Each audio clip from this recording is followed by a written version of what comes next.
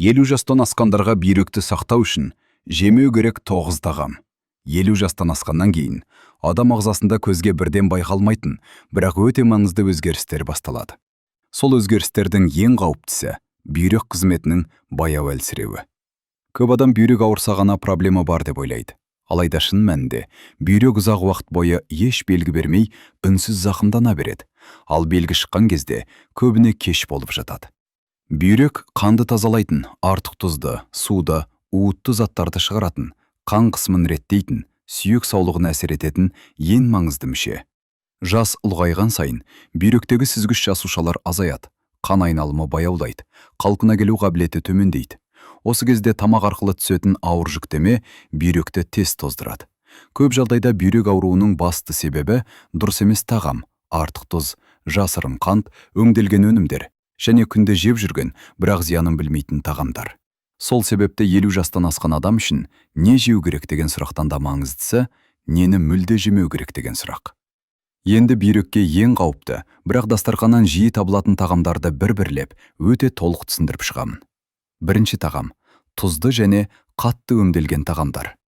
Бұл 50 жастан асқандардың бүйрегіне ең үлкен соққы жасайтын тағамдар тобы. Тұз – бүйректің басты жауы. Бірақ мәселе тек ас тұзында емес, қауіп жасырын тұзда. Көп адам мен тамақта аса тұздамаймын дейді. Алайда бүйректі бұзатын тұздың басым бөлігі көзге көрінбейтін байн өнімдердің ішінде болады. Мысалы, шұжықтар, қақталған ет, консервілер, маринатталған қияр мен қызанақ, дайын соустар, чипс мен крекерлер, жылдан дайындалатын кеспелер. Бұл өнімдердің барлығы натрийге өте бай. Натрий ағзада суды ұстап қалады, ал артық су бүйрекке қосымша қысын түсіреді. Бүйрек қанды тазалау үшін бұрынғыдан да көп жұмыс істеуге мәжбүр болады. Уақыт өте келе бұл жағдай бүйрек сүзгіштерінің қажуына әкеледі. 50 жастан асқан кезде бүйрек бұрынғыдай сертінде емес. Артық тұз бүйрекке түскен сайын қан қысымы көтеріледі, ісіну пайда болады. Таңертең бет пен аяқ ісінеді, зәрдім түсі мен иісі өзгереді. Көп адам бұл белгілерді жасқа байланысты деп қабылдайды. Бірақ шын мәнінде бұл бүйректің шаршағанының алғашқы дабылы. Тағы бір үлкен қауіп тұз кальцийдің зәрмен көп шығуына себеп болады. Бұл сүйектердің әлсіреуіне ғана емес, бүйректе тас жиналуына да тікелей әсер етеді. Яғни тұз тек бүйректе емес, бүкіл ағзаны біртіндеп әлсіретеді. Өңделген тағамдардың тағы бір зияны, оларда фосфаттар көп болады. Фосфаттар бүйрек арқылы шығарылады, бірақ жасы үлкен адамның бүйрегі фосфатты толық шығарып үлгермейді. Нәтижесінде бұл зат қанға жиналып, бүйрек жасушаларын улайды. Сол себепті 50 жастан асқандарға қақталған тағамдарды, консервіні, шұжық пен сосисканы, дайын тұздықтарды күнделікті ас мәзірінен мүлде алып тастау өте маңызды. Бұл тағамдардан бас тарту бүйректі қорғаудың ең бірінші әрі ең тиімді қадамы. Екінші тағам – қызыл ет пен майлы ет өнімдері. 50 жастан асқаннан кейін ағза бұрынғыдай емес, мүлде басқа режимде жұмыс істей бастайды. Әсіресе бұл өзгеріс бүйрекке қатты әсер етеді. Жас кезде бүйрек артық ақуызды, қалдықтарды, уытты заттарды салыстырмалы түрде оңай шығара алады. Ал жас ұлғайған сайын бүйректегі сүзгіш бірліктер азаяды, қан айналымы баяулайды, қалпына келу қабілеті төмендейді. Осындай кезеңде ең үлкен қателіктің бірі қызыл етті бұрынғыдай көп мөлшерде жеуді жалғастыру. Қызыл етке сиыр, қой, жылқы еті, сондай-ақ олардың майлы бөліктері жатады. Бұл ет түрлері ақуызға өте бай, ағзаға ақуыз қажет. Бірақ 50 жастан асқан адам үшін артық ақуыз тікелей бүйрекке түскен ауыр жүк. Ағзада ыдырағанда аммиак, мочевина, креатинин сияқты заттар түзіледі. Бұл заттар ағза үшін уытты. Оларды қаннан тазалап, сыртқа шығару бүйректің негізгі міндеті. Қызыл етті жиі жейтін адамда бұл қалдықтар тым көп түзіледі. Ал жасы келген бүйрек оларды толық шығарып үлгермейді. Соның салдарынан қанда уытты қалдықтар жинала бастайды. Бүйрек сүзгіштері шамадан тыс жұмыс істейді. Бүйрек тіндері біртіндеп қажиды. Созылмалы бүйрек әлсіздігі дамиды. Бұл процесс баяу жүреді, сондықтан көп адам оны байқамайды. Бірақ уақыт өте келе адамда тұрақты әлсіздік, тез шаршау, бас айналу, тәбеттің төмендеуі, түнде жиі дәретке тұру, таңертең бет пен аяқтың ісінуі пайда болады. Көп жағдайда мұны жасқа, шаршауға, немесе қан қысымына жаба салады. Негізінде бұл бүйректің шамадан тыс жүктелгенінің белгісі. Қызыл еттің тағы бір үлкен қаупі оның құрамында қаныққан майлардың көп болуы. Бұл майлар қан тамырларын тарылтады, холестеринді көтереді, ал бүйрек ең ұсақ қан тамырларынан тұратын мүше. Қан тамырлары тарылған сайын бүйрекке келетін қан азаяды. Қан аз келген бүйрек оттегін жеткілікті ала алмайды. Нәтижесінде бүйрек жасушалары тез қартаяды, қалпына келу қабілетін жоғалтады. Тағы бір маңызды мәселе — қызыл ет зәр қышқылының деңгейін көтереді. Зәр қышқылы көп жиналғанда ол бүйректе кристалға айналады. Бұл кристалдар уақыт өте келе бүйрек тасына айналады. Сонымен қатар зәр қышқылы буындарға жиналып, подагра ауруын қоздырады.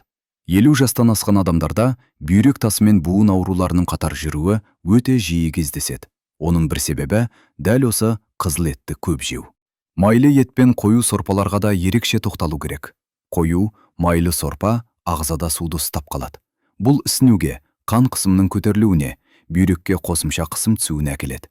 Әсіресе кешке ішілген ет сорпасы түнгі уақытта бүйрекке ауыр салмақ түсіреді. Сол себепті түнде зәр жиі келеді, ұйқы бұзылады, таңертең ісіну байқалады. Кей адамдар үйде сойылған ет таза, зиян емес деп ойлайды. Бірақ мәселе еттің тазалығында емес, мәселе мөлшерінде және жиілігінде. Қандай таза ет болса да, 50 жастан асқан адам үшін оны жиі әрі көп жеу бүйрекке баяу у құюмен тең. Сондықтан бүйрегін сақтағысы келетін 50 жастан асқан адамға қызыл етті күнделікті тағамнан алып тастау, аптасына ең көбі 1-2 рет аз мөлшерде ғана қолдану, майлы бөліктерінен толық бас тарту, қою сорпалардан аулақ болу өте маңызды.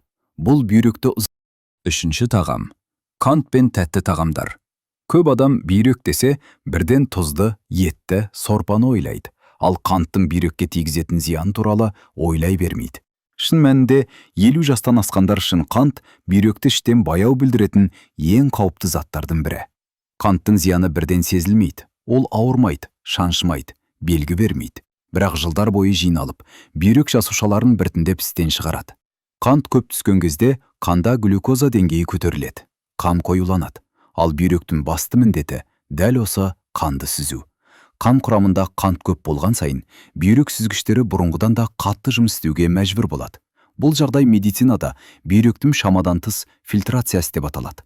Ал шамадан тыс жұмыс істеген мүше тез тозады. 50 жастан асқан адамдарда бұл процесс әлдеқайда тез жүреді, себебі бүйректің қорғаныс қабілеті төмендейді. Қанттың тұрақты артық мөлшері бүйректегі ұсақ қан тамырларды зақымдайды, ал бүйрек дәл сол ұсақ тамырларға тәуелді мүше. Тамыр зақымдалса, бүйрек тіні де зақымдалады. Қанттың тағы бір үлкен қаупі ол инсулинге төзімділікті арттырады. Бұл жағдай қант диабетіне алып келеді, ал қант диабеті бүйрек ауруының ең басты себептерінің бірі. Диабет кезінде бүйрек сүзгіштері тесіліп, зәрмен ақуыз шыға бастайды. Бұл бүйрек ауруының айқын белгісі. Көп адам мен диабетик емеспін деп өзін тыныштандырады. Бірақ мәселе тек диагнозда емес. Қанда қант жиі көтерілсе, диагноз қойылмаса да бүйрек зақымдала береді. Бұл жасырын түрде өтеді. Тәтті тағамдардың тағы бір зияны — олар ағзада қабыну процесін күшейтеді. Қабыну бүйрек тінін әлсіретеді, қалпына келуін баяулатады. Әсіресе торттар, печеньелер, конфеттер, шоколадтар, тәтті тоқаштар құрамында тек қант емес, сонымен қатар трансмайлар да болады. Бұл қоспа бүйрек үшін аса қауіпті. Ең қауіптісі сұйық қант. Газды сусындар, тәтті шырындар, энергетикалық ішімдіктер. Бұл сусындарда қант өте көп, бірақ адам оны сезбейді. Сұйық күйдегі қант қанға бірден сімеді, бүйрекке бір сәтте үлкен соққы береді. 50 жастан асқан адам үшін бұл өте ауыр жүктеме. Тағы бір жиі қателік. Шайға аздап қант салам, зиян емес деген ой. Бірақ күн сайын ішілетін шай, кофе, тәтті тоқаштар, печенье бәрі қосылып, бүйрекке тұрақты қант жүктемесін береді. Бұл жүктеме жылдар бойы жиналып, бір күні бүйрек әлсіздігіне әкеледі. Қанттың бүйрекке зиянының тағы бір қыры ол артық салмаққа алып келеді. Артық салмақ бүйрекке қосымша қысым түсіреді, қан қысымын көтереді, сүзу қабілетін төмендетеді. Осылайша қант бүйректі тікелей де, жанама түрде де бұзады. Сондықтан 50 жастан асқандарға таза қанттан бас тарту, тәтті тағамдарды күнделікті мәзірден алып тастау, газды және тәтті сусындарды мүлде ішпеу, жасырын қант бар өнімдерді шектеу өте маңызды. Бұл бүйректі үнсіз жойып жатқан қауіптің алдын алудың басты жолдарының бірі. Төртінші тағам — газдалған сусындар және тәтті ішімдіктер. Көп адам газдалған сусындарды тек тіске зиян немесе артық салмаққа апарады деп қана ойлайды. Бірақ 50 жастан асқан адамдар үшін газды әрі тәтті сусындар бүйректі ең жылдам тоздыратын жасырым қауіптердің бірі. Газдалған сусындардың басты проблемасы олардың құрамындағы фосфор қышқылы, қант және химиялық қоспалардың біріккен әсері. Бұл үш фактор бүйрекке бір мезетте соққы береді. Алдымен фосфор қышқылына тоқталайық. Фосфор ағзаға аз мөлшерде қажет элемент, бірақ газдалған сусындардағы фосфор табиғи емес, жасанды формада болады. Бұл фосфор бүйрек арқылы шығарылады. Жас кезде бүйрек оны белгілі бір деңгейге дейін шығарылады. Ал 50 жастан кейін бүйрек фосфорды толық шығарып үлгермейді. Соның салдарынан фосфор қанда жиналып қалады. Қанда фосфор көбейген кезде бүйрек тіні уыттанады, кальцийдің тепе-теңдігі бұзылады, сүйек әлсірейді, бүйрек тасының пайда болу қаупі артады. Көп жағдайда адам сүйегі сырқырап, түнде аяқтары тартылып, белі ауыра бастағанда ғана мәселені сезеді. Бірақ бұл фосфордың бүйрек арқылы толық шықпай жатқанын білдіреді. Екінші үлкен қауіп – сұйық қант. Газдалған сусындардағы қант өте жылдам қанға сіңеді. Бір стақан газды сусында бірнеше қасық қанттың баламасы бар. Бұл қант бір сәтте қанға түсіп, бүйрекке күрт жүктеме береді. Бүйрек қан құрамындағы артық глюкозаны сүзуге мәжбүр болады. Мұндай жүктеме күн сайын қайталанса, бүйрек сүзгіштері тез тозады. 50 жастан асқан адамдарда бұл процесс әлдеқайда қауіпті, себебі бүйректің қалпына келу қабілеті төмендеген. Соның салдарынан уақыт өте келе зәрмен ақуыз шығуы, ісіну, қан қысымының тұрақсыздануы байқалады. Газдалған сусындардың тағы бір зияны олар зәр айдағыш әсер береді. Бір қарағанда бұл жақсы сияқты көрінуі мүмкін, бірақ шын мәнінде бұл ағзаны сусыздандыратын қауіпті процесс. Сусызданған кезде қан қоюланады, ал қою қанды сүзу бүйрекке өте қиын. Бұл жағдай бүйрекке қосымша стресс түсіреді. Тағы бір аса маңызды жайт. Газды және тәтті сусындар шөлді баспайды. Керісінше, олар шөлді күшейтеді. Адам қайта-қайта ішкісі келеді. Осылайша, бүйрекке үздіксіз қант пен химиялық заттар түседі. Бұл ұзақ мерзімде бүйрек тінінің созылмалы зақымдануына әкеледі. Кей адамдар диеталық, қантсыз газды сусындарда қауіпсіз деп ойлайды, бірақ бұл үлкен қателік. Мұндай сусындарда қанттың орнына жасанды тәттілендіргіштер болады. Бұл заттарда бүйрек арқылы шығарылады және бүйрек жасушаларына уытты әсер етеді. Зерттеулер көрсеткендей, жасанды тәттілендіргіштер бүйрек қызметінің баяулауына ықпал етеді. 50 жастан асқандар үшін газды сусындардың тағы бір қаупі олар қан қысымын көтереді. Қан қысымы жоғарылаған сайын бүйрекке түсетін қысымды артады. Бұл бүйрек сүзгіштерінің зақымдануын тездетеді.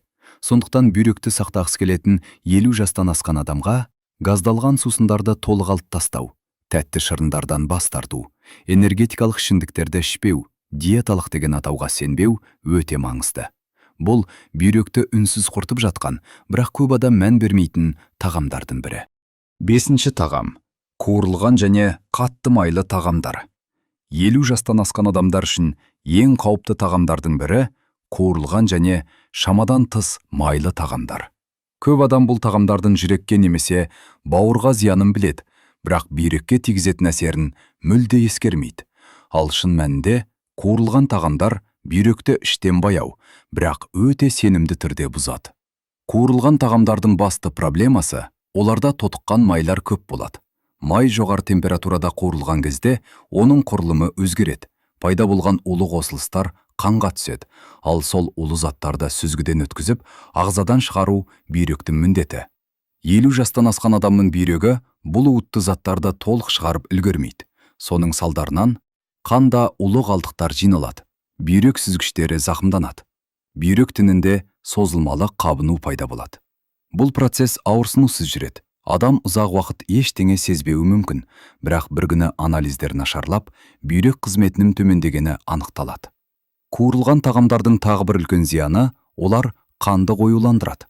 Қою қан бүйрек арқылы нашар өтеді. Бұл бүйрекке түсетін қысымды арттырады. Әсіресе 50 жастан асқан адамдарда қан тамырлары онсыз да серпімділігін жоғалта бастайды. Ал қою қан бұл жағдайды одан әрі ушықтырады. Майлы тағамдар холестеринді көтереді. Холестерин бүйрекке баратын ұсақ қан тамырларын тарылтады. Тамырлар тарылған сайын бүйрекке келетін қан азаяды. қан аз келген бүйрек оттегі мен қоректік заттарды жеткілікті ала алмайды. Нәтижесінде бүйрек жасушалары тез қартаяды және қалпына келу қабілетін жоғалтады. Тағы бір аса маңызды мәселе — қуырылған тағамдар артық салмаққа алып келеді. Артық салмақ бүйрекке тікелей қысым түсіреді. Сонымен қатар артық салмақ қан қысымын көтереді. Ал жоғары қан қысымы бүйрек ауруының басты себептерінің бірі. Осылайша, қуырылған тағамдар бүйрекке екі жақтан соққы береді. Қуырылған тағамдардың құрамында көбіне тұз көп болады. Бұл да бүйрекке қосымша салмақ. Май мен тұздың қосындысы бүйрек үшін ең қауіпті комбинациялардың бірі.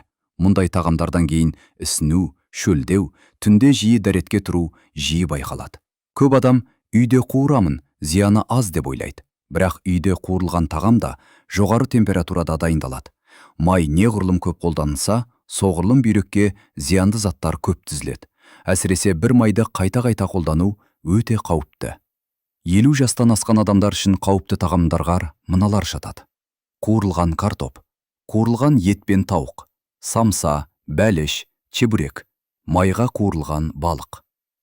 Бұл тағамдар бүйрекке ауыр жүк түсіреді және ұзақ мерзімде оның қызметін әлсіретеді. Сондықтан бүйректі сақтағысы келетін 50 жастан асқан адамға қуырылған тағамдардан бас тарту, майлы тамақты шектеу, буға пісірілген немесе қайнатылған тағамды таңдау, майды қайта қолданбау өте маңызды. Бұл бүйрекке ең көп зиян келтіретін, бірақ күнделікті өмірде жиі кездесетін тағамдардың бірі. 6-шы тағам — консервіленген тағамдар және ұзақ сақталатын өнімдер.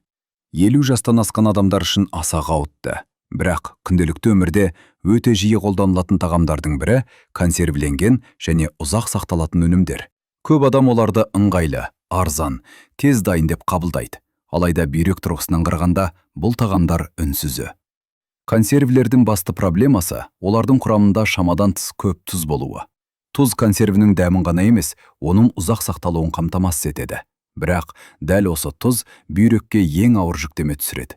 50 жастан асқан адамның бүйрегі артық натрийді толық шығарып үлгермейді. Нәтижесінде натрий ағзада жиналып, суды ұстап қалады. Бұл жағдай аяқ-қолдың ісінуіне, таңертең бет ісінуіне, қан қысымының көтерілуіне, бүйрек сүзгіштерінің қажуына әкеледі. Консервіленген тағамдардың тағы бір үлкен қаупі — химиялық консерванттар. Бұл заттар өнімнің бұзылмауы үшін қосылады. Бірақ ағзаға түскен соң, оларды бейтараптандырып, сыртқа шығару міндеті бүйрекке жүктеледі. Жас ұлғайған сайын бүйректің уытсыздандыру қабілеті әлсірейді. Сол себепті консерванттар бүйрек жасушаларына тікелей уытты әсер етеді. Тағы бір маңызды жайт — консервілерде жиі кездесетін фосфат қоспалары. Фосфаттар бүйрек арқылы шығарылады. Бірақ 50 жастан асқан адамның бүйрегі фосфатты толық шығара алмайды. Соның салдарынан фосфор қанда жиналып, бүйрек тінін зақымдайды. Сүйектен кальцийдің шайылуын күшейтеді, бүйрек тасының пайда болуына жол ашады. Консервіленген еттер мен балықтарға ерекше тоқталу керек. Бұл өнімдерде тұздан бөлек ақуыздың тығыз концентрациясы болады. Мұндай ақуыз ыдырағанда көп мөлшерде азотты қалдықтар түзіледі. Ал сол қалдықтарды сүзгіден өткізу бүйрекке қосымша ауыр жүк түсіреді. Көп адам үйде жасалған консерві қауіпсіз деп ойлайды. Бірақ үй консервілерінде де тұз көп қолданылады. Сонымен қатар, дұрыс стерилизация жасалмаса, ағзаға түсетін уытты заттардың қаупі одан сайын артады. Бұл уыттар бүйрекке 2 есе салмақ салады. Ұзақ сақталатын тағамдарға мыналар жатады. Консервіленген көкөністер, дайын сорпалар мен бульон кубиктері, банкадағы ет пен балық, пасталар, паштеттер, тез дайындалатын тағамдар. Бұл өнімдердің барлығы бүйрекке бірден байқалмайтын, бірақ тұрақты зақым келтіреді.